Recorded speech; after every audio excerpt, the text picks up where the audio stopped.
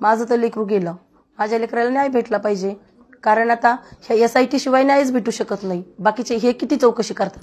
आज 2 दिवसात त्यांनी काय दाखवलं, चौकशीमध्ये काय आलंय समोर? काहीच नाही आलं, काहीच नाही. तुम्ही ओपन लोकांना दाखवा, चौकशी करताना ओपन दाखवा की हे मोबाईलमध्ये हे सापडलं, याच्या मोबाईलमध्ये हे, हिच्या मोबाईलमध्ये हे, आणि असा तपास चाललाय. माझा विश्वासच नाही या तपासावर. SIT शिवाय तपासच होऊ शकत नाही. तपासावर दबाव येतो असं वाटतं? हा, विषयच नाही. तपासावर दबाव येतोय म्हणून तर असे पटकन बाहेर रिझल्ट येणार ना. किमान आम्हाला तरी माहित पाहिजे ना काय तिथे चाललंय मुंबईमध्ये, ते आम्हाला तर पाहिजे ना. म्हणजे आज 3 दिवस होऊन तुमचे 2 आरोपी बाहेर येतं, कोणता तपास चाललाय तुमचा? जेवढे आम्ही तिथं नोंदले त्या दिवशी रात्री 1-2 वाजता जे नावं दिले तेवढ्याला तर अटक करा बाबा. त्यातले तुम्ही 2 सोडता. तू वकील, तू कसं सांगू शकतो त्यांचा दोष नाही?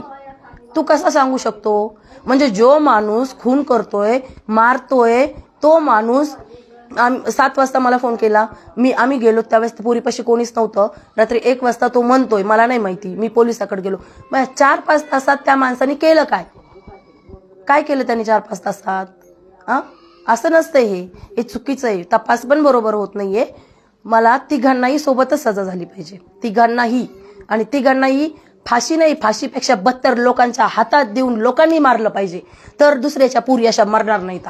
27 वर्षाची लेकरू सांभाळायचं, तिला आई वडिलांनी लहानाचं मोठं करायचं, आणि ह्या हरामखोरांनी लेकराला जीवच मारायचं आणि मारून परत मोकळं व्हायचं, म्हणायचं आमचा दोष नाही. हे असं नसतंय. आणि इथं नाही भेटला तो वरचा बरोबर न्याय देतो. वाट बघ म्हणा आनंद गर्जे आणि शीतल गर्जेला त्यांना.